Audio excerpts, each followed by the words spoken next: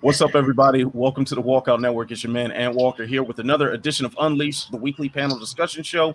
Had to mix things up a little bit this week. The jack of all trades, who's master of them all, Mr. Ben Duffy, is unavailable today. So, in his place, we have my good friend from My MMA News, the other half of the King and Slim column that pops up on occasion, Kristen King. Kristen, how you doing today? I'm doing well. Thank you guys for having me. As always, I miss Ben already. I miss us all four together, but this is obviously going to work just fine. Yeah, we don't need Ben. Sorry, Ben. He's probably just going to edit some like weird stuff on my face now. There go. He'll erase the mustache. And of course, the panel is anchored every week by the man with all the facts, figures, stats, and numbers. He is the associate editor of Sherdog.com, Mr. Jay Petrie. Jay, what's up, my man? You know, I don't think we should say that we miss Duffy to inflate his ego anymore. But you know, three wide, you know, it's good. But yeah, Duffy's stuffing. But I'm happy to have Kristen with us. Let's go with some numbers here. The stat of the week is 5. 5 different kinds of submissions happened at the UFC Fight Night card on Saturday night, ending with Deiveson Figueiredo throttling poor Joe Benavidez. Now, this is a very unusual thing. We've seen this twice before in the UFC history, where 5 different moves, like a heel hook, an armbar, things like that, happened. The first time happened at UFC Fight Night 17. Remember, this one was 172, so 17 in 2009. And then the Nogueira Verdum Tough Brazil finale card, I think it was called Fuel 10. 6 happened throughout the night. A knee bar, an arm bar, every different kind of submission happened, culminating with Verdum submitting Nogueira. So, yeah, submissions for days, boys and girls. All right, so let's go ahead and talk about some of the action that we saw at UFC Fight Night 172, which I guess on Twitter was UFC Fight Island 2, I think was the hashtag that everyone was going with. But anyway, Deiveson Figueiredo is now officially the UFC flyweight champion after the aforementioned defeat over Joseph Benavidez. So now I got to ask, does anybody think that there's someone in the flyweight division that is going to take that belt away from Figueiredo after a performance like that? Not at the moment, I don't think. I think that was just too strong of a performance to really warrant anything or any thought of, man, I think this guy is going to be the one to beat Deiveson Figueiredo. I just don't see it at the moment. I think he's going to be around for a very long time at flyweight. There are plenty of contenders, so he can focus on a lot of contenders in his weight class before we start chasing waterfalls and going for champion versus champion fights. But as of right now, as of his performance against Joseph Benavidez, I can't really think of any at the moment. Yeah, I mean, the saying is a very effective one, that don't go chasing them waterfalls, because we heard him talk about, I wonder what it'd be like to fight Peter Yan. Everyone's like, no, stop. We don't. This division was mangled already by a guy that just did that. And then he decided to maybe sort of possibly not really hanging out with 33, but probably coming back and going to do his thing. The performance Figueiredo put on, that was a complete package. That was everything you wanted to see in a 4 and change minute fight for a champion that goes, this is my time. Like, he just butchered Benavidez with that right hand. He cocked it back. I actually had this in the prime pick section for Sherdog, that sooner or later he's going to time that right hand. Well, I didn't expect he's going to time it in 30 seconds. Just dropping Benavidez 3 times, strangling him, was the kind of performance you go, Joe Benavidez is the consensus number 2 guy in the division, period, full stop. He did that to that guy. So what is someone going to do? Askar Askarov is a tough, aggressive, just doggedly pursuing the takedown wrestler. We saw him when he fought Alexander Pantoja. But what happens if he gets hit in the face trying to charge in for a takedown? He gets countered with a big right hand. Who knows? The guy's never really been hit hard. By his performance, I don't see a guy who's going to dethrone him. But like Miss King, I believe there are a lot of challengers. There are a lot of guys he hasn't fought. So let's do it. Let's do an Alex Perez. Let's do a this and that and the other thing. Let's put him against some contenders, and then let's see what happens. I'd like that idea. I mean, we don't want to jump too far ahead of ourselves. I mean, he's just won the belt. And granted, that was a very dominant performance, but it didn't elevate him to Greek god status. He's still a guy in the division who's going to fight other guys in the division. And of course, partly because the UFC did decimate the ranks of that division in the recent past. I mean, it's going to take a little bit to rev things back up to full steam to where you have a steady line of contenders. And Deiveson Figueiredo, if he can hold on to the belt during that time, I mean, that's a big plus as far as star factor is concerned if he continues putting on performances like that.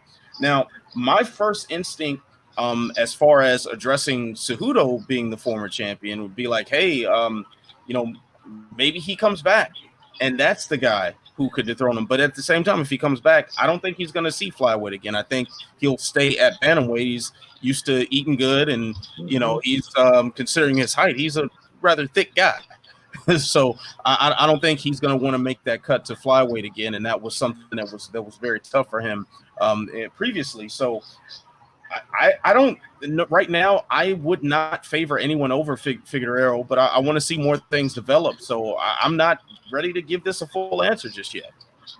Yeah, I can get that. And honestly, something you mentioned just now with Henry Cejudo not being willing to drop down back in flyweight, I'm kind of concerned about Deiveson Figueiredo. I mean, he had problems missing weight, and especially in a weight class like this where you have to come in at 125. Now he's the champion. Think about the other fights that we're probably not going to have because he missed weight, or it's not going to be a championship fight because he missed weight. I'm hoping that now that he's champion, he can take the initiative not only to worry about the contenders, the many contenders that he has in his division, but also focus on his weight cut and making sure he does it in a healthy and safe manner so we can see him as champion for a long time. Because who's to say he continuously misses weight and then they end up stripping him? Then we're back to square one with the flyweight division where we don't know what's going to happen. So hopefully he can really take the initiative, focus on his weight cut, and if he's really serious about champion, which I believe he is, he would definitely take the steps to do that properly, as well as face the people he should be facing before jumping up to 135. It seems like the flyweight division gets like no love. Like why is it that no one wants to stick around? We had Henry Cejudo. We said he was the savior, and then the first minute he jumped right up in weight and got a title shot at 135. And now Deiveson Figueiredo is like, yeah, I won the championship at 125, but I might go up to 135 too. And it would be of a benefit to him. At least he wouldn't have to worry about cutting weight. But it's just like, dude, you picked this weight class. You're finally the champion. And now you're going to squander the opportunity to reign for a long time because you think that the hills are greener at 135? Come on. And yeah, something I'd like to see people stick around. Yeah. Okay. Yeah, I would too. Say, Jay? It's something that's forgotten, and it's not just us or whatever. It's a narrative of the unbeatable Figueiredo a year ago. Maybe 14 months? I don't know. The pandemic screwed up all sense of time. But 2019, he got 30-27. He got ground out by Formiga. Now, Formiga, we know, is just a legendary flyweight, I guess you can call it that. He's fought the who's who in the division, uncrowned champion, Tachi Palace Fights champion, et cetera, et cetera. Just a year ago, he took him down and he did what he wanted to, and he did some damage and won the fight fairly one-sided, uncontroversial fashion. That was a year ago. I mean, sure, we have other champions or whatever kind of guys that lost a year ago, like Thiago Santos had lost the year before he fought John Jones and did what he did. But, there's still some movement to be done in flyweight. I also hope that the UFC focuses on the division and puts the right fights up top. I mean, I love Tim Elliott, but was that fight a co-main event fight instead of Alexander Pantoja versus Askar Askarov? Not quite. So yeah, I'm almost thinking that like right now, Figueiredo is kind of living the legacy that John Lineker could have had. Oh, okay. Had he been able to stay at 125, to see someone who gets that hard, pretty well-rounded guy, and just perpetually just an exciting person to watch. and it poses a lot of problems simply because of their power. To see him with the belt, it's like, oh man, it would have been nice to see Lineker stick at 125 as well. But another story for another day. But let's go ahead and talk about the other side of that main event. Joseph Benavidez obviously lost pretty bad. One of probably, with the exception of maybe the DJ rematch, probably the most lopsided loss of his career that I can recall. Now, I'll give you two a stat of the week. And that stat is 3. 3 times that Joseph Benavidez has fought someone who was or would become a champion, lost to them twice. Deiveson Figueiredo, Demetrius Johnson, and Dominic Cruz. So with that, I'll pitch it to you, Kristen. Do you think this is the last time Joe B gets a title shot? More than likely. This is a classic case of always the bridesmaid, never the bride.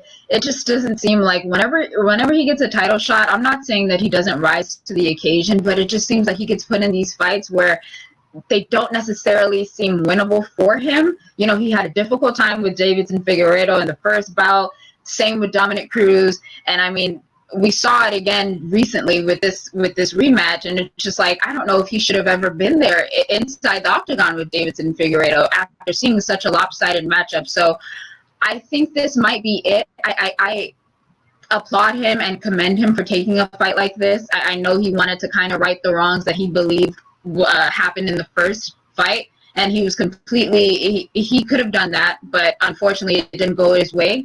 I want to say this is it as far as title shots goes. I'm not going to count him out as a top 10 contender. He's always going to be up there. He's just a phenomenal fighter.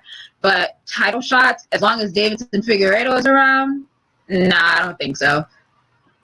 Yeah, that's kind of what I was feeling like. If someone were getting back to like bringing it full circle to our first topic, if someone were to dethrone Figueiredo, of course that breathes new life into Joseph Benavidez. I mean, all 3 of us were kind of in agreement that we don't see that happening right now.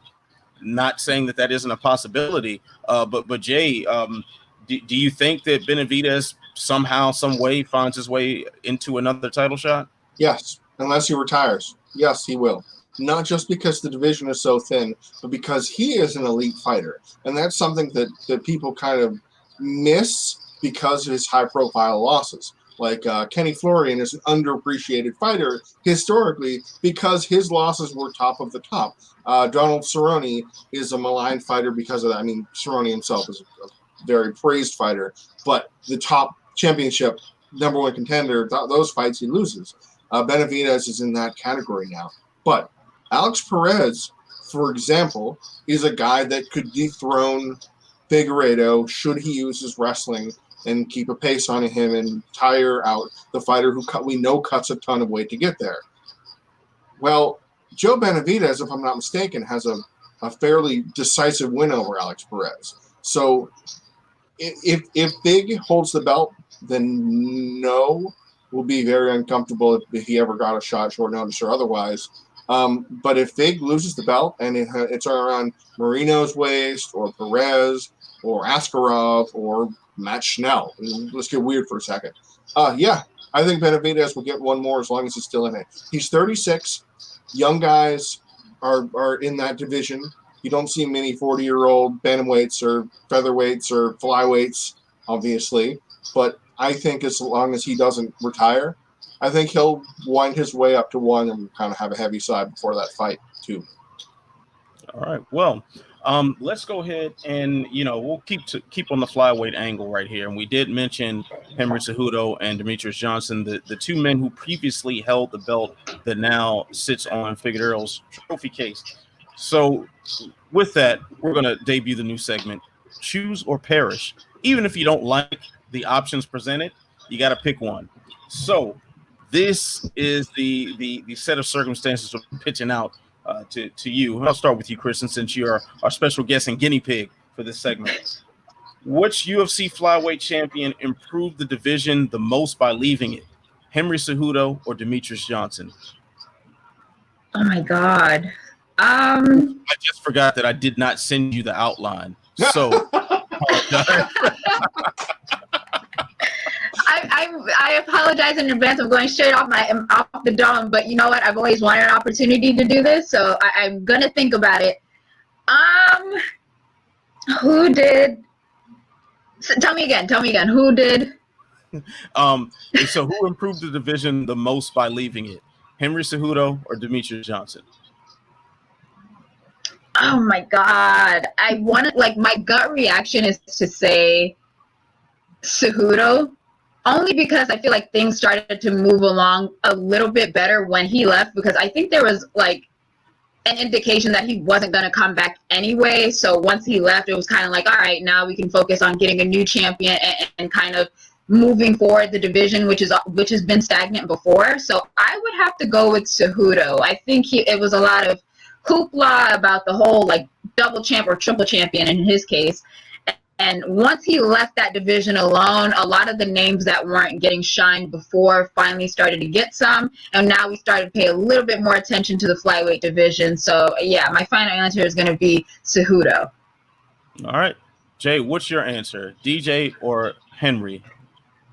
You know, this is a very interesting situation because the two, Johnson and Cejudo, had very different but similar to previous champions title reigns. You can think of Mighty Mouse in the vein of an Anderson Silva or George St. Pierre type, where they're just so dominant against so many challengers, and you know the people and fans almost start to feel it's getting a little stale. That there's no parity, there's no competitive advantage over, you know, and it's just the champion's going to run through them. And well, I wonder what's going to happen when Anderson Silva fights Yushin Okami. Boy, that'll be challenging. You know, hey, that Vitor Belfort guy, he's only like 74. Let's see what he can do. So Mighty Mouse is fighting the one-punch knockout power of Chris Carriazo. I wonder what's going to happen there. Well, Henry Cejudo is more in line with the Conor McGregor. I don't really care about defending my titles. I just want to get another one and then add it to my wall and move on. So in that regard, I think it was better for the division that Cejudo left, because Cejudo didn't seem to have any interest in maintaining the division. He didn't want it to keep on flowing, where Mighty Mouse was very clear saying, don't really care about bantamweight. If it happens, it happens. You know, DJ versus TJ was a thing people talked about, only because he had 10 title defenses by then. He wanted to beat Anderson Silva's title defense record. Hey, there's the Silva comparison. And he did. And he just wanted to keep on going and churning, beating all the contenders, and that the division kept churning that way. But he was so good that everybody looked like moldy garbage. People didn't want to see Benavidez fight for a title again because Mighty Mouse knocked him out in the first time they fought, or the second time they fought, and the first time was close. So I think it was better that Cejudo left, because then at least the division can continue, because otherwise it was that moment of, is it time to do an interim title? Do we really want to do that again? I don't know what to do here. Or Mighty Mouse was at least the champion. Yeah, I'm with you on that one, Jay. I'll say that Cejudo leaving was better for the division than DJ. I mean, one of if not the greatest fighter of all time, leaving the division isn't good for the division. It just isn't. To have that level of talent exit, and while he's still competing, it's not like he retired. You know, he's still fighting flyweights. Put that in there, and you know, overseas. So we're still seeing him, you know, fighting high level opposition, but we're not seeing the matchups we really want to see. So that's just not good for anybody. And on top of that, they left the DJ Henry trilogy fight on the table. They just left that there. That was the obvious. That was a layup fight to make. Yeah. So the fact that we didn't get that doesn't make DJ leaving the division any good. And for Cejudo's part of the division, I mean, the only time he entertained being the flyweight champion was to knock out the bantamweight champion who dropped weight. So he never fought, you know, as champion any flyweight contender. So how could his departure be bad for the division if it wasn't a division? You know, they were about to shut things down because of his inactivity at 125. So he's gone. So now it's moving. I'm okay with that. And he's not coming back to that division. So there's that. You know what? I will say though, when the Henry Cejudo TJ Dillashaw fight started, he freaking tricked me. I believed him when he was like, I'm saving the flyweight division. I'm like, yeah, you know what? Good, because you guys don't get enough credit anyway. I'm happy that someone's going to carry the torch. And then he freaking books it right after and just went straight to 135. I was so disappointed because I'm like, you know what? They always say that the flyweight division catches the most flack because it's not the most entertaining to the fans and stuff like that. But I'm just like, you guys don't give it a chance. I thought Henry Cejudo was going to give it a chance, and then he did that, and I was just like, damn it, I'm wrong now. And if you think about it, Cejudo Dillashaw was probably the biggest flyweight title fight, which is the craziest thing. And yes. it was one of the most meaningless in terms of legitimacy, in terms of anything that came from it. I mean, that was the best that they had to offer. That was a money. I mean, I'm using it very, very loosely. It was a money fight from the flyweight division, but everybody else, like Joe Benavidez, was like, "Hey, I beat that Henry guy. What do you want to do there?" Yeah. So I don't know. Everything has been a mess now, but hopefully Figueiredo can bring some stability to the division that we haven't seen since DJ left the division. So that would be a nice change of pace. So now let's move on a little bit here to something else that happened over the weekend. In fact, that same Saturday card, Kelvin Gastelum lost a very quick one via heel hook, I believe it was, to Jack Hermanson. 3 losses in a row, for Kelvin Gastelum. So Jack Hermanson, Israel Adesanya, Darren Till and Israel Adesanya. What's next for him? He's a tough winner.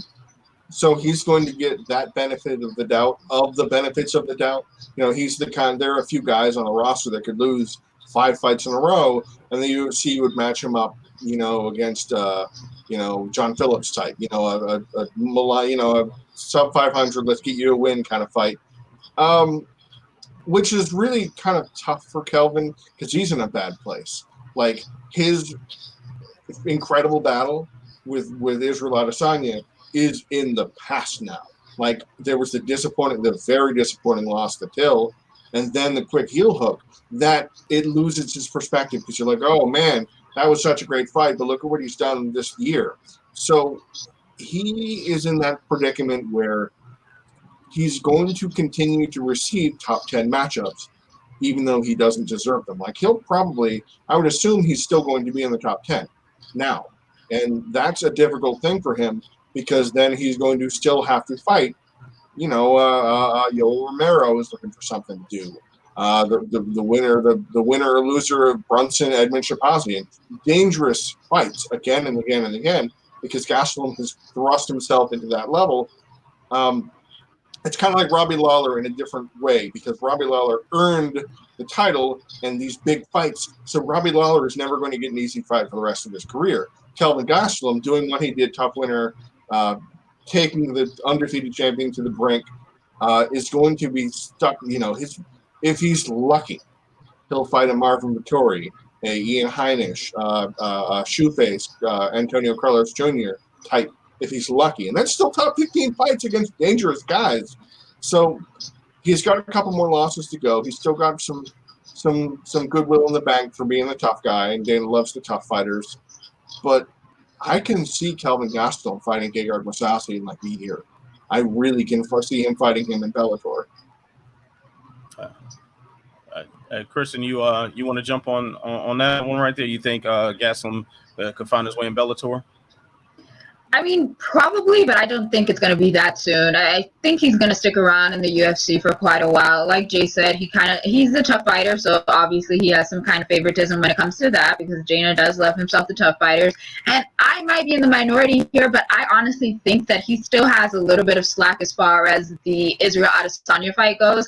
And here's why. That was a fight of the year contender, ladies and gentlemen. That fight was incredible from start to finish. Then he had the Darren Till fight. That fight wasn't all that great. A lot of people even argued that he could have won that, which I have no idea why, but that's just what people were arguing. Say that was true. Then he gets immediately heel hooked by Jack Hermanson. So you come off a fight of the year contender, then a lackluster kind of fight. Then you get finished in like how many seconds? It was like 78, I wanted to say. Something less than 90 seconds, yeah. Yeah, something like that. Okay, so I'm still thinking that out of all three of those fights, what he has done in those fights could kind of save him a little bit. It could extend his contract just a little bit, and I believe that he's going to still be in like the top 15 maybe. I could see him falling out of the top 10, but out of like the top 20, no. Top 15 is where his thing is, and he's always going to have difficult fights. I don't think Kelvin Gastelum is going to turn that down. It's just this is the name of the game when you're in the middleweight division. I mean, you have some really heavy hitters. You have the Robert Whitakers, you have the Darren Tills, you have the Jared Cannoniers, which no one talks nearly enough about, but I'm going to give him some shine here. I mean, you have the Marvin Vittorias, you have, so many people that he could take on. It's not like he's never going to have a fight again. It's just, can he perform to what we expect from Kelvin Gastelum, especially after some of the performances he's put on as of late. So I think he's going to stick around. I don't see him going to Bellator anytime soon, but if he gets another loss, maybe I'll be changing my tone. So I'm not. Go ahead. Well, I was just going to say, as of Tuesday night, Kelvin Gastelum is the number 7 middleweight right now, right below Jack Hermansson. Now, I don't know if the UFC's updated rankings this week, but he's the number 7.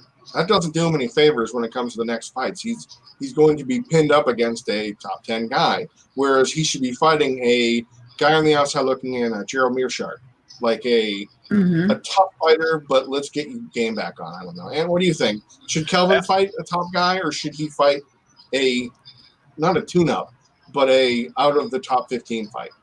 I'd take him. I'd take him like a low top 15 fight right now. I don't think it's time to press the panic button on Gastelum just yet. I mean, we saw what he was able to do against Adesanya. Darren Till is just one step shy of a title shot himself at middleweight. Also a pretty large guy, even at middleweight. He's still a big guy.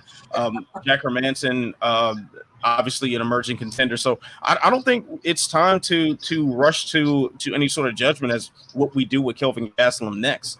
I think, maybe for his sake, dial it back a little bit, get a win just to get the confidence back. Because I think the loss, the nature of his losses probably more deflating than some other methods. So he goes to an absolute war with Israel Adesanya, and was one ill-advised takedown away from becoming the middleweight champion. So that to get that L had to suck. then to essentially be neutralized completely by Darren Till in a pretty lackluster fight from an entertainment standpoint, probably pretty deflating as well. And then to go out there and just get heel hooked almost instantaneously from the bell ringing against Hermansson without ever really being able to show much of what he can offer other than that really, really sweet reversal on the takedown. It's gotta be more of a mental setback than anything else. I think if Gastelum gets the right matchup, he'll be just fine. Kind of get that monkey off his shoulder and get back in there. But also, let's not forget that while he may have trouble in this aspect, I mean, he told me himself, he might have some trouble, but it's going to be more of a discipline issue than anything else. 170 is still an option for him.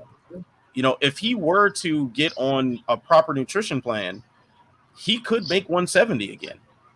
And instantly be a contender there. So I think that I mean, especially now when you're seeing the nature of some of his struggles at middleweight, size has a lot to do with the problem. Yes, it does. Think of all three guys: bigger, taller, longer. Right, and you think about the Chris Weidman loss as well, where it was just, he's just a massive human being, and that's why he lost. Right. So if he eliminates that problem, or if he just decides to dial it back a bit at middleweight with a low top 15 fight. I mean, even if you rematched Uriah Hall or you took on like a Brad Tavares or something like that, he could find himself right back and ready to make some more moves. So let's not write the young man off just yet. I can agree on that one. Yeah, because I'm right. Shit, you know what I mean? Okay, relax there, buddy. I was going to suggest, is it time for him to rematch Uriah Hall? I was just about to ask you guys that. I know these things. All right, so let's go ahead and talk about the action that happened. I believe that was Wednesday night So it was UFC on ESPN 13, I think is the official name. So who should Calvin Kattar fight next at featherweight? Anybody want to jump out there and say Max Holloway as a good name? That's a decent name. I actually like that fight. I wasn't thinking about it. I was thinking somewhere along the lines of like a Korean Zombie or something like that. But Max Holloway is a damn good fight for Calvin Kattar. I think that'd be really fun to watch, especially after his performance against Dan Ige. That was honestly one of the fights that I could not pick. Like I just thought both guys could do really well against one another. I felt like a slight edge for maybe Kattar would have been like a reasonable thought, and he went out there and did what he did, and I was happy to watch it. So I like a Max Holloway fight. I also like a Korean Zombie fight, but he's supposed to be fighting Brian Ortega. If that ever happens, which it probably will never happen, they're doing too much of the Twitter finger thing. I don't like it. Well, sign the contract and then we'll figure it out. Maybe Kattar can fight that K-pop singer instead. Oh yeah, the best buddy, the backup singer. Yeah. No. That guy's reserved for Brian Ortega. I don't know. All right, Jay, what matchup are you feeling? Yeah, that Max fight, I want it. I really want that fight because I think it'd be fun. I think it'd be competitive. I think it would tell us where Max is in the division, which is so weird to say because he was helping Brian Ortega defend the punches in the face that he was delivering to him in that fourth round of their fight like 2 years ago. And yet now we're wondering, Max, I mean, those two losses to Volkanovski, one of which was very, very close, but Volkanovski's been that surprise. He's been the champion that nobody would have said, outside of city kickboxing guys, that this guy's going to be the champ next year. Who do you see the champion at featherweight in 2020? Yeah, Volkanovski wasn't at the top of most lists. I will say that I had Holloway being that champion. But I want the Joe Silva matchmaking style to continue, especially when it comes to top 10 fights. I want winners to fight winners. I want losers to fight losers. Now, Max is coming off two decision losses, and Kattar is on a 2-fight win streak, including one where he rearranged Jeremy Stephens. So, in the vein of rearranging Jeremy Stephens, there is a potential option in the division that Ant is smiling at. I think right now, I think it's number 6 and number 7 right now. Calvin Kattar, Josh Emmett. Let's do this thing. 5 rounds. Can Kattar stick and move, or will Emmett land some bombs? I don't know. And I think that's a kind of fight that would put us not a number 1 contender, but on the doorstep. Like I think the winner of a Kattar Emmett would have the guy to fight the title challenger. I went through the lineups and I saw that matchup, and that one glowed more than the rest of them. But is Kattar going to wait that long? It's a tough call because he's got the orbital. Emmett has the orbital. Yeah, and what Emmett has what did he tear? He tore his ACL. Oh, and his knee just doesn't exist right now, so he might exactly. Now I like the style of that matchup, but I propose number 5 versus number 6. Yair Rodriguez versus Calvin Kattar. That's the fight that I'd like to see. And I think the winner of that is a surefire number 1 contender. I am all in favor of that. I love the fight, but there's a fight that has to happen first. And it's the fight that I don't know if it's official. I don't know. I'm pretty sure it is. Yair versus Abid, 5 rounds. But that's like chasing Moby Dick, man. I don't believe it's happening. That's what I mean. I don't know if it's official. Or I don't know. So I can't rest any more hopes on that. I felt I was like this close to being able to cover that fight live when it was originally announced, and then that fell apart and they cut Yair and everything. Like I don't need my emotions toyed with anymore. So give me Yair Rodriguez versus Calvin Kattar. I actually would prefer to see Zabit against Korean Zombie. I think that'd be a better matchup. And just the Brian Ortega thing, I don't know what he does. He just has to make more choices, I guess. We talked about this in the show. I think it was a couple weeks ago. Every matchup at featherweight that's a good one. That's Ooh, like, Korean Zombie versus Josh Emmett. Oh, okay, I can see that. Jeremy Stevens versus Zabit. Okay, let's do that again. Point is, name versus name will make it a good fight, most likely. yeah, absolutely. Absolutely. All right, so let's go ahead and move along from here. While sticking with the recap we got. So between the two events that we saw Wednesday and Saturday, which UFC newcomer was most impressive to you with their performance? I know I have mine. It's not going to be. I could have the obvious pick, but I think it's not. I think it's going to be a pick that I was so wrong when it came to the prime picks that I learned something in a true Duffian fashion, that I was so wrong that I learned something. When Munir Lasse from Tunisia, the kickboxer, came into the UFC and handled Abdul Razak Al Hassan in the Wednesday event. And Al Hassan was just trying to march him down and land the right hand of all right hands, as he has done. You know, I think what Al Hassan was 10-1 with 10 first-round knockouts. So to see that happen, to see him take some shots and roll with them as best as he could, wear out the bull rushing fighter who was clearly trying to take his head off, and work him with long kicks and kick him to the body, which, oh my God, I'm on play-by-play for SureDog.com, so I can't stop and really celebrate something that happens because I have to make sure that I've covered it for people that are going to read. But the body work in that fight and a couple other fights this weekend made me want to just stand up and be like, yes, that's it. That's how you work the body. Kicks, slip the jab, right hand, whatever. Just do something to work the body, and this guy did. So I'm going with Munir Lasse. All right, Kristen, who do you want to highlight? Out of all the cards, right? Right. All the Fight Island cards. Okay, so I would probably highlight light heavyweight newcomer Yuri Prochazka. Listen, I that fight between him and Volkan Oezdemir, I don't think I've had that much fun in a while. If you weren't a fan already of Yuri, you probably wouldn't have known what to expect from a fight. But seeing him in that environment, I wasn't sure if he could handle someone like Volkan Oezdemir. And boy, did he shut me up. I'm not going to lie. He got clipped a couple of times. I was like, oh, this might not be a good thing for him. I thought the Volkan Oezdemir call-up was a little bit too much too soon for someone like Yuri, especially with a big name coming from his promotion. I was like, I don't know if this is the best way to welcome him into the UFC, but there's always that very real possibility that he goes out there and just demolishes someone, which he did against Volkan Oezdemir. This guy was a former title challenger, and he got finished in the first round. I was like, this is insane. I can't believe it. So if I had to highlight someone, it has to be Yuri, and then you have to watch his post-fight interviews.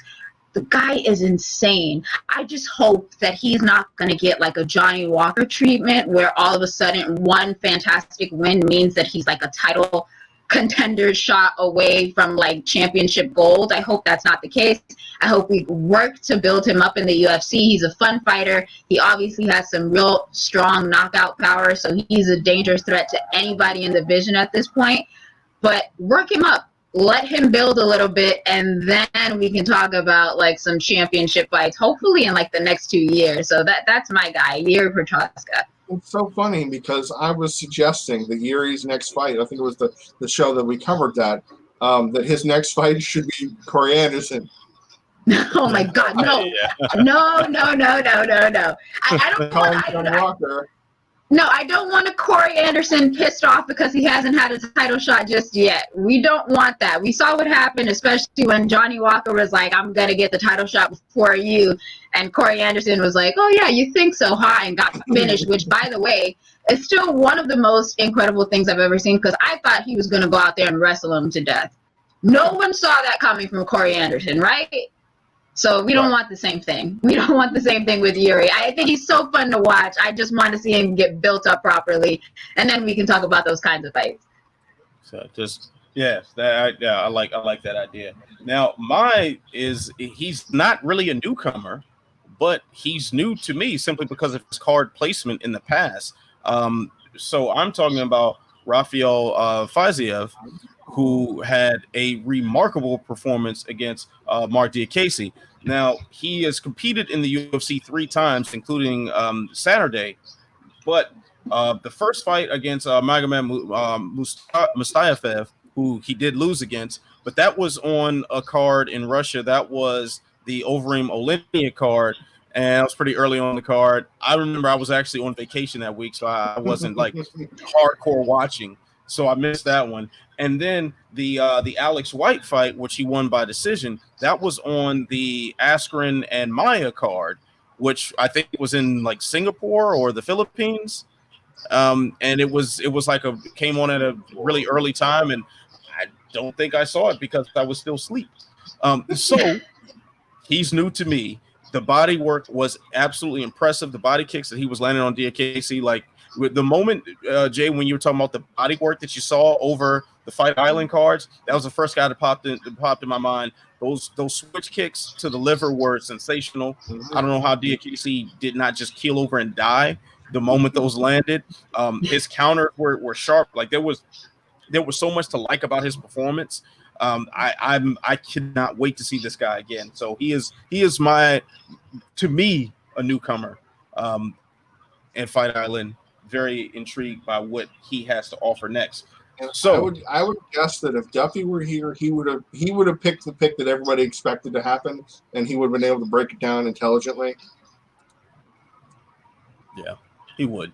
Yeah, I think he would have probably if Duffy were here, probably would have picked the one that everybody thought about and went, no, someone else is going to cover that, but he'd be able to break it down very well. And Khamzat Chimaev, because what he did to John Phillips was the kind of terrifying that booked him. This is the craziest thing about Chimaev. Not only is he fought on Wednesday and he won by a second round Darce choke after a 10-7 first round for a judge there. So Chimaev won on Wednesday. He's fighting next Saturday on the UFC again. So that's a 10-day turnaround against Reese McKee from Cage Warriors. And right now, Chimaev is in a minus 1,100 favorite. That's how excited people are about Chimaev, that he's in a minus 1,100 favorite fighting a week ago. All right. Well, all right. So let's keep it moving here because of course we can't make any sort of show about any sort of fights and sporting events without mentioning that fun little word COVID-19. So as COVID-19 kind of picks up where it left off a few weeks back in the U.S. and we're seeing cases surge. Is Fight Island going to be the UFC's new home? Is that going to be like the foreign Apex Center now? Are we going to say it, or are we going to just shake our heads? I was waiting for Jay to say something, but yes, this is going to be. Say it. Yeah, this is definitely going to be the foreign Apex Center as far as the COVID-19 pandemic goes. I think that the UFC kind of found what works out for them the best as far as how everything is going in Abu Dhabi. So if it ain't broke, don't fix it. I don't think that they really run into any problems as far as testing goes. If they find a positive test, they immediately pull that fighter, that corner person, whoever it is that may have tested positive, and they move forward with the card. So I think that having the fight still on Fight Island is great. I know a lot of people are kind of like nitpicking it because of the semantics and stuff like that. Like, oh, it's not really on an island. It's not in the middle of the ocean. You guys have to have a little bit more like reality ingrained in your brain. Like realize that the UFC was going to work with what they already had in mind. So returning to Abu Dhabi, returning to Yas Island was a very smart move for them. And if you thought that they were going to put an octagon in the middle of the ocean with mermaid ring girls, I'm sorry, that wasn't going to be the case. But thankfully, we have the fights going. It seems to be going well for them. They're following the precautions and everything like that. So I look forward to seeing more Fight Island cards. I'm sorry. I think it was a great idea to begin with. Maybe not what many people expected, but I'm happy, especially now that we have fights that are being done in a safe manner, it appears. So, yeah, I'm fine with them returning back to Abu Dhabi and Yas Island if that is what works for them, and making sure that everybody involved in the fight cards, staff, fighters, corner people are safe. Go for it. Yeah, I can second that. I'm okay with it. Obviously, I mean, I've said this many times on the show. The whole purpose of Fight Island is to skirt regulation. But if they are skirting regulation, they're trying to do it in the safest way possible by all accounts. At least as far as coronavirus is concerned. So I'm happy to see that. If we can sit here and talk all day about whether or not we need mixed martial arts to exist right now, or whether or not that should be a priority in the world. But I don't think we can argue about the level of safety that they're doing relative to the circumstances. And this is from friends of ours in the media that are at Fight Island, that have been to the Apex Center in Jacksonville and seen the process improve as it goes along. The more reps they get, the more isolated they are from the outside world while this goes on, the better their chances of making this as safe as humanly possible. So I'm cool with it. Jay, what say you? I dig what you guys are putting down, but there's one thing that I've been thinking about. So the UFC took to Fight Island, and Dana, blah, blah, we're renting an island, or we're buying, we've got an island, it's no expenses are spared, and we're going to go all out to do this. And then the reports came out from, I think it was Sports Business Daily, about how actually the UAE and the Department of Tourism and Commerce is footing the bill. So the UFC isn't actually paying much to speak of in exchange for these, lengthy Visit Abu Dhabi John Anik promo pieces that he has to keep running. I wonder what will happen if the UAE says, okay, you got 4. That's a freebie. That's our introduction to Abu Dhabi tourism package. Now you're going to stay here. We're going to charge you. It's kind of like going and getting comped in Vegas. If you can stay for a couple nights in the hotel, but then if you stay longer, they're going to charge you for it.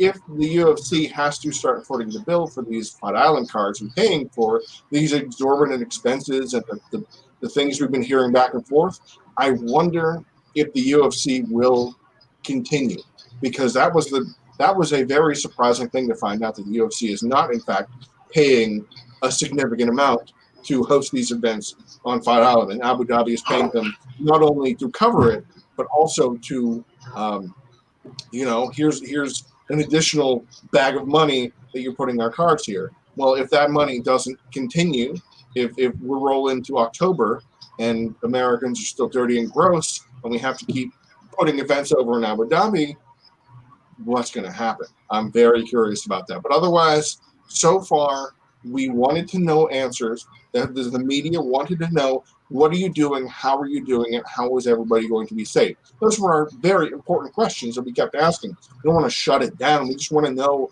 are these fighters being taken care of? Because we care.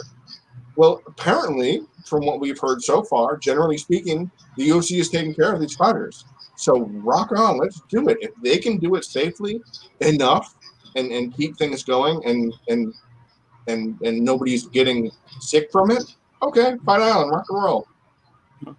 All right, so now it's time to move on to the greatest segment title in all of media history. That is, I'm Not Surprised, Mr. Falcons. This is where we get to share something that surprised us or didn't surprise us in an ironic fashion, whether it be pre-fight coverage, post-fight coverage, random news, the fights themselves, anything. So, Jay, I'll start with you. What is your I'm Not Surprised, Mr. Falcons moment this week? So after Peter Yan won the title the week before at UFC 251, when he did bad things to poor Jose Aldo, the first challenger wasn't immediately Aljamain Sterling, as it should have been, as I had claimed that it should happen. This needs to happen. So after these fights that happened this week, Dana at a press conference, at a post-fight presser, was asked again. So it's been a week. You don't. Okay, fine, Dana. You don't like to answer the night of the fights happen. We don't like to figure it out. We want to sleep on it. Okay, fine. It's been a while. How about Aljo? How's Aljo doing? We gonna have that title fight? Well, not really sure. I don't know if we're gonna have it. And he's up there. That's why I think that was the specifics, is that he's up there in consideration. Now, unless Cejudo comes in to fight again, I don't know who would skip the line to do that. Frankie Edgar, no thank you. And the reason why this isn't, I'm not surprised, Mr. Falcons, is because this is not just happening in the bantamweight division after all. You guys and people watching, and the millions watching around the world right now, remember that the ESPN actually put out the announcement that Israel Adesanya is defending his title, middleweight title, against Paulo Costa. And then Costa said, okay, we're actually still working on things, but it's good. We're agreeing on it. We're trying to figure out the specifics, but 253, here we go. And ESPN puts it out saying it's official. And to make matters worse, ESPN today, Tuesday, decided who should fight Israel Adesanya for the next title shot for the winner of Robert Whittaker and Darren Till. And it was a record scratch moment. Because what do you mean which winner should deserve the title shot against Israel Adesanya? Because Paulo Costa is getting the title shot, like you said, right? So the fact that there's not clarity in something that has been stated and announced and it's clear is a very surprising yet entirely unsurprising thing from the UFC, where we have champions and we have rightful contenders that have done what they need to do to get up the division, but for some reason aren't getting the title shots they've been either promised or discussed or agreed to. And if I had more hair up here, it would be torn out because of this. But alas, the UFC has cost me a lot over the years. All right, Kristen, so what's your I'm not surprised Mr. Falcons moment this week? So my moment is recently at, I believe it was UFC 251, they opened up the pay-per-view card with Amanda Ribas versus Paige Van Zandt, and I was super excited for this fight because of all the implications that stemmed from it. If Amanda Ribas had won, I mean, sky's the limit for that girl. She's an absolute star. If she wins and beats someone like Paige Van Zandt, which was very clearly, it was her fight to win. I'm not even going to lie. I hate counting anybody out, but I just feel like Paige Van Zandt coming back so late against someone who is really hitting their stride, it probably wasn't the best recipe for her. So, and then if Paige Van Zandt won, I wonder what was going to happen as far as her negotiation, because that was the last fight on her contract. She was talking openly about pay. I think she said that she'd been paid more than she's ever been on Dancing with the Stars than all of her 8 UFC fights combined. So there was a lot of things that she was talking about that I was wondering, how is that going to affect her if she does win this fight? Alas, she does not win the fight. She actually gets tapped very quickly in the first round by Amanda Ribas, and Dana White says some comments, and he says that she should test free agency and whatnot and stuff like that. And Paige reacted in a way that was kind of confusing to me, because she said that his comments were a shock to her because she thought that they were better friends than that. I am confused by that way of thinking, because and this is in general as far as a work relationship, I would never see myself as a friend to a boss. You may have a decent relationship, but to go out there and say that they are your friend, I think it's a little bit peculiar. I hope she wasn't basing a lot of what she had done in the UFC as reason behind her thinking like that, because again, Paige Van Zandt was pushed like no other, especially with in 2015, 2016 with Sage Northcutt as well. It was the Paige and Sage show. Everyone remembers that whole thing. They were headlining cards together. I think it was like 2 cards and all that stuff. So maybe she felt as though she had a little bit of leeway with the UFC and the brass and Dana White because of what they have done for her. But I'm just like, as far as your career goes, you cannot be that naive. You cannot just think that everything is hunky-dory because you have a decent relationship with your boss. You have to realize that this is a business, and you have to figure out what your worth is and what you value. And if you don't know that, and if you're basing it off the pretense of, well, he's my friend, so I hope he says nice things about me, that's not the way to go about it. And I want the best for Paige Van Zandt. I want her to be appreciated in a promotion that will give her what she's worth and what she's looking for. But to base what you're thinking on friendship, Paige, don't do that again. Yeah, don't do that again, please. I would really hope that you move forward as far as finding your new home, if that is you re-signing with the UFC, or if you go over to Bellator with your husband, which I think has incredible opportunity for her, especially as far as the marketing goes. I think that'd be insane for her. But make sure you're not doing business deals based off of friendship in the future. I could not believe I heard that. I was just like, girl, you need to do better for yourself. Don't worry about who your friends are, especially in this game that is so ruthless. You shouldn't be worried about friendship. And especially the friendship of Dana White. I mean, come on now. Dana White says he's no one's friend. I don't know her. All people Dana and Tito used to be friends. Let's just put it that way. All right. There you go. I'm not surprised, Mr. Falcon's moment. I was kind of surprised, but I guess I kind of wasn't. But I thought it'd be a good idea to highlight one Joe Duffy who decided to call it quits after a rather tough loss at the hands of Joel Alvarez on Saturday evening. So 3 losses in a row. He's had a lot of injury woes as of late. He's been very inactive. So he's had 3 fights in the past 3 years and spent all of 2018 on the shelf. So, definitely should have seen this coming, especially if he had trouble getting above a certain echelon in the UFC's lightweight division. But always tough to see a guy who always put on exciting performances, who always showed up to get it in. Always tough to see them walk away, but glad he's doing it for his best interest. So salute to Joe Duffy for a very well-fought career. All right, so now we're going to move along here to the speed bag, and this is where I once again get to flex my authority on you mofos.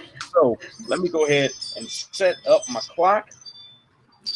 I will give you guys 10 seconds to answer a couple of questions. So, Kristen, since you were last on here, change up the format a little bit.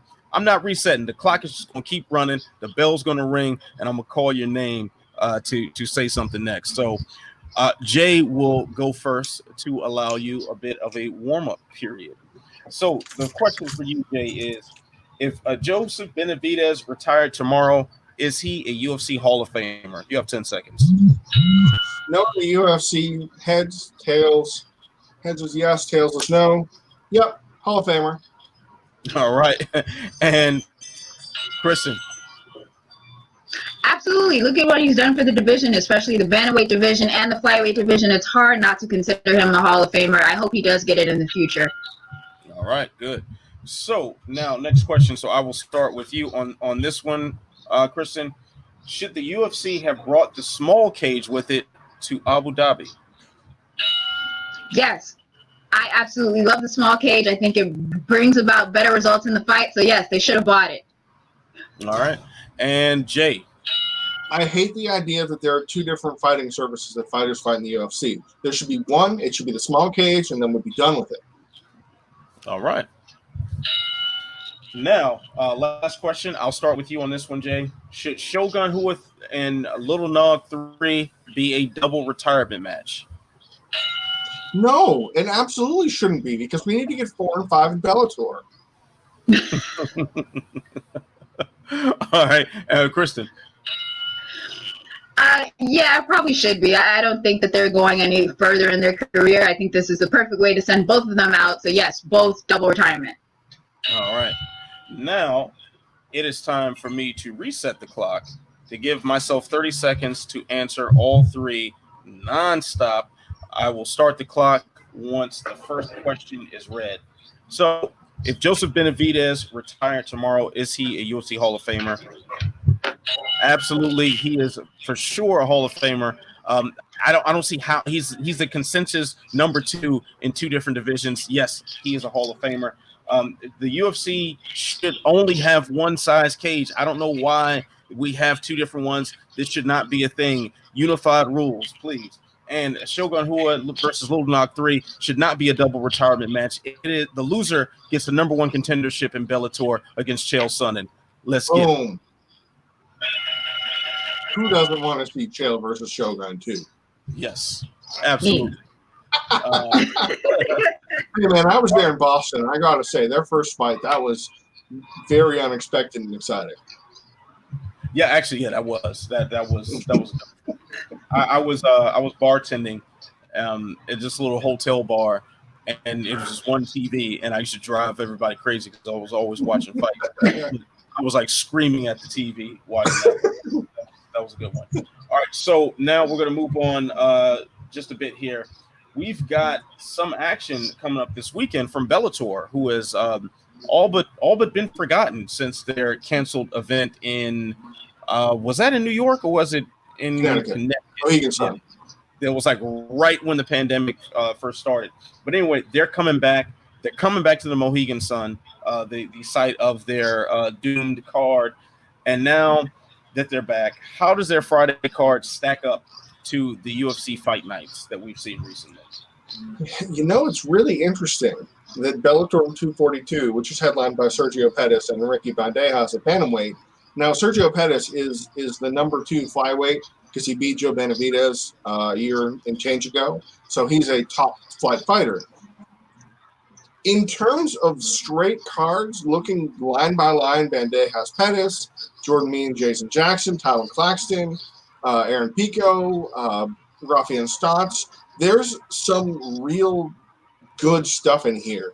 And the most interesting thing about this card is this is a card in the Mohegan Sun that is taking place without fans around it, which means there are no need for local fighters to come in and sell tickets, because that's a regional and Bellator thing, is bring in fighters, 2 regional guys, maybe not have much experience. Each guy will sell 100 tickets, 150 tickets. So they will fill the arena. With no need for that, suddenly we have a 7-fight card in some, except maybe not 7 because Steve Mowry tested positive for COVID. So we have a 6.5-fight card so far right now. It is a legit card, but at the same time, this is what you're coming back with. This after this many months off, and after this much time away, this is your biggest card. A UFC free agent and a promising prospect in your division is headlining a card. No big fireworks and blockbusters and what's Rampage doing fighting again? You know, that kind of thing that you would expect to see in a Bellator card, but there isn't, which makes me wonder if this is more of a proof of concept. Can we get it done? Here's some cool fights, and let's see if we can run this little, what do they call it, the fight sphere, which is just a fancy way of saying, you know, bubble, like NBA and all those other organizations are doing. But I'm going to be watching, so that they got me. They get you, Kristen? Yeah, I mean, it's definitely a watchable card. It's something that I would expect from Bellator. You know, I am excited. Anytime I get to see Ricky Bandejas fight, I am all for. I think he's one of the most exciting bantamweights that we have. And then we get the return of Aaron Pico. I think they tried to sprinkle a little bit of, hey, you know this guy. He's fighting on this card with that one. So I remember that. So I very much get the vibe that this is one of those, let's do a tester card first before we start doing anything. And I'm kind of wondering, what were you guys doing in the off time? Because while the UFC was figuring a lot of their stuff out and trying to get everything done as far as like Fight Island goes, you guys should have also taken some kind of initiative to start putting out these feeler cards a little bit more sooner. So that's why this card may have a sense of like, it looks lackluster on paper, but I'm going to watch it no matter what. It's just, I wish you came back with a stronger product. If you are indeed the number 2 organization in mixed martial arts, you know, you need to continue to prove yourself as, yes, if you don't have UFC to watch, come on over to Bellator. I'm going to watch it. Jade's going to watch it. Anthony, maybe you might watch it. You know how you are with certain cards, so you don't. I'll probably watch it. I got to reactivate my phone subscription. I paused it as soon as it's on Paramount if you need. Yeah, I don't have real cable. Okay. Yeah, but the difference is that we're crazy. We're the hardcores that Sean Wheelock would yell at. Show about MMA that like 100 people maybe watch a week. So like we're clearly not normal. So exactly. So we should even in this discussion. I mean, we're educated fans enough to know Sergio Pettis versus Ricky Bandejas promises to be an action fight. Like that's a really, really good matchup. Is it star power main event worthy? Not necessarily, but the quality of the product should be very high. I think this more speaks to Bellator's roster, just what they have. The UFC kind of went through their own growing pains with this, as when they first started up in the pandemic. They just kind of slapped some fights together. It just happens to be that the UFC has 95% of the elite talent in the world, so you got a much better pool to choose from. That's essentially what happened. Now, as far as Bellator not coming back sooner, I'm very surprised. I mean, I know I've mentioned this on the show before, and I was particularly trying to pay attention to this. Donis is he doesn't like Bellator right now.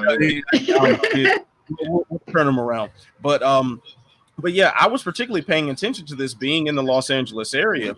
They were considering their own sort of Apex Center style compound at some facility that Viacom owns in Studio City, which is right outside of Los Angeles. So I was paying attention to that, and we didn't really hear much after rumors of that started circulating. So I wonder what broke down in those plans, if it was the state of California came down on the UFC with the Tachi thing, so they dropped it. I don't know, but I would have liked to have seen or heard something. I mean, the biggest announcement that we got from Bellator as far as their return to action is a main event between Phil Davis and Lyoto Machida that nobody really asked for. Yeah. So that's kind of what we're what we're left with, because they simply don't have it outside of a few names from yesteryear that might still hold some intrigue. Now, Jay, before I kick it to the next topic, I do want to address one other thing you said. So I was like, well, what's Rampage doing? Do we really want to see Rampage parenting coming up? Like, I mean, you could put him against Tim Sylvia for a super heavyweight fight. John, sign me up. I just saw he was just at the That's actually pretty dope. I'm dope. I want to see that now. Like the Scooterweight Championship. Bring it on, man. I am in. I want to see Rampage versus Tim Sylvia at super heavyweight. Book it. The Hover Round Championship. Let's do this thing. I want to ask you guys something real quick too. Should this be the time that Bellator wheels out 5-round main events? Should this absence in long time be okay? We've had this time. Let's retool our things and bring out 5-round main events, or is that just? If it stops the endless fluff on DAZN, yes. Mm-hmm. But see, here's the thing. Here's the thing with this card. It feels very much so rushed, as if they didn't have like a blueprint anyway. I mean, it was right there. I mean, it's very clear that the fights could be done. The problem is it was a rushed product, and now that they slapped everything together. Oh, look at Adonis. Look at Adonis. Look at this guy. Look at this guy. Yeah, he was raging out of control, so I had to pick him up. Yeah, so remember, we got information that Bellator was going to come back in July, and then we were midway through July, and we still hadn't heard anything about it. So the fact that they just came up with, hey, okay, it's going to be Ricky Bandejas versus Sergio Pettis in the main event, it was kind of like, oh, okay. I mean, that's an okay fight. I don't know if it's main event worthy, but sure. And then we kind of got the rest of the card, and it was just like, oh, okay. So I think what happened is they are so under the pressure to try and get something together at the time that they wanted to initially have, like the restart, that they didn't really put too much planning as far as implementing 5-round main events or getting these cards done sooner, so they just kind of like, we said we're coming back in July, here's the card for July, and then it's kind of like, oh, well, man, maybe you kind of shot yourself in the foot with this one, because this is not a return card. If you're trying to get the fans coming back to you after we just spent weeks watching the UFC and Fight Island having the time of our lives, and you come back with this, it just seems like, I don't know if this was the best move for you. It's like a lost opportunity. Yeah, right. It really is. And something we had heard was that Bellator's comeback card at the end of July was going to be Michael Chandler, Ben Henderson too. Okay. Yeah. All right. That's got some spice to it. But instead, we're getting our mouth ripped on and dumped Pettis down our throats.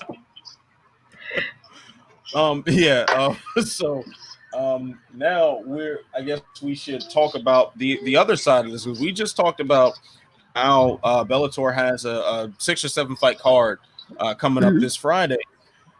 On the other hand, the UFC has decided to put on a 15 fight card on Saturday. Why? Because we are crazy and we're going to take it anyway. It's going to be a long night. It's definitely going to be a long night. I would much rather like a 7-fight card than a 15-fight card, especially knowing the kind of issues. Is this one going to be on ESPN Plus as well? I think it's ESPN. I can't. Regular on ESPN? Yeah, it's an ESPN. It's an ESPN card. Man. It might be ESPN all the way through. It's simulcast, I'm sure. Yes, it will also be on Okay. ESPN Plus, but I hope it's not on. I hope it's on ESPN, like on regular television on cable, Yes. because yes. ESPN Plus. I don't know if you guys had an issue with it the last fight card. Oh, yeah. I personally have never had an issue with ESPN Plus, but when I tell you that thing was conking out left and right on last Saturday's card, I was like, oh my god. So I hope we don't have to deal with that with a 15-fight card, but I'm ready. I'm just wondering what commercial they're going to wear out within the first 10 minutes. If I have to see that damn Spotify commercial again, I'm going to drop kick my TV. So before we wrap things up, let's give one fight that we want to highlight for a potential sleeper for fight of the night. It's okay. This card gives me a lot of issues. First of all, as the resident Sherlock play-by-play guy, 15 UFC length fights, and it's not Bellator prelims where there's blood sacrifices. So there's going to be 8 first-round finishes because obviously they have unexperienced fighters going for crazy things, mismatches, etc., etc. This is 15 UFC fights. This is something we haven't seen since UFC 2. That was a couple minutes ago. And there aren't a lot of fights that jump off this card. This is the bottom of the grocery bag. Oh, crap, we have a bunch of international fighters that can't fight in the U.S., and we don't know if we're coming back to Fight Island soon. Card. Like this I would go out and say every single fighter there's at least every single fight has a fighter that's not from the U.S. Yes, I'm pretty confident in saying that there is an international fighter as a non-American on every card, every fight in the card. But that doesn't make it good. That makes it ESPN Plus content. Now I've dragged this out because I'm still trying to think about it. So I don't want to say that Shogun Little Nog 3 is going to be crazy because the first one was a blast. The second one was 15 years too late or 10 years too late, and this third one, no, thank you. Oh boy, let's go with the welterweight striking battle between Alex Oliveira, who does not know how to manage his gas tank, versus Peter Sabata, talented Muay Thai striker who kind of knows how to manage his gas tank. So, Oliveira, he's on a way too long losing streak. Like, I'm pretty sure he's lost. I mean, just if you look at Oliveira, he's fallen on hard times. And I don't just mean in terms of, basically fathering a neighborhood or getting blown up with a grenade. I mean, he barely beat Max Griffin to snap a long, disappointing losing streak. So, he's trying to come back. It's a tough test. I think that's a fun fight. I do. And then I look at what's around it, and, well, please just bleed God. Give us 10 inches. All right, Kristen, what's a sleeper fight you want to highlight? For me, it's going to be the opening fight. I believe it's opening the card. Nathaniel Wood versus John Castaneda. I'm kind of sad because I really wanted the Nathaniel Wood versus Umar Nurmagomedov, but obviously we know that Umar is not going to fight on this card. He was supposed to make his debut back in April. I wanted to say something happened. He didn't do it. Then this was the next fight that he was scheduled for. But obviously with the untimely passing of Khabib Nurmagomedov's father and that connection there with that team, there was no way that Umar Nurmagomedov was going to fight on this card. So I'm interested to see how Nathaniel Wood bounces back from a loss. I think the last time we saw him was the John Dodson fight, and he lost by a third round TKO. So, I mean, he looked good in that fight up until that point. So I'm interested to see how he comes back. He's such an interesting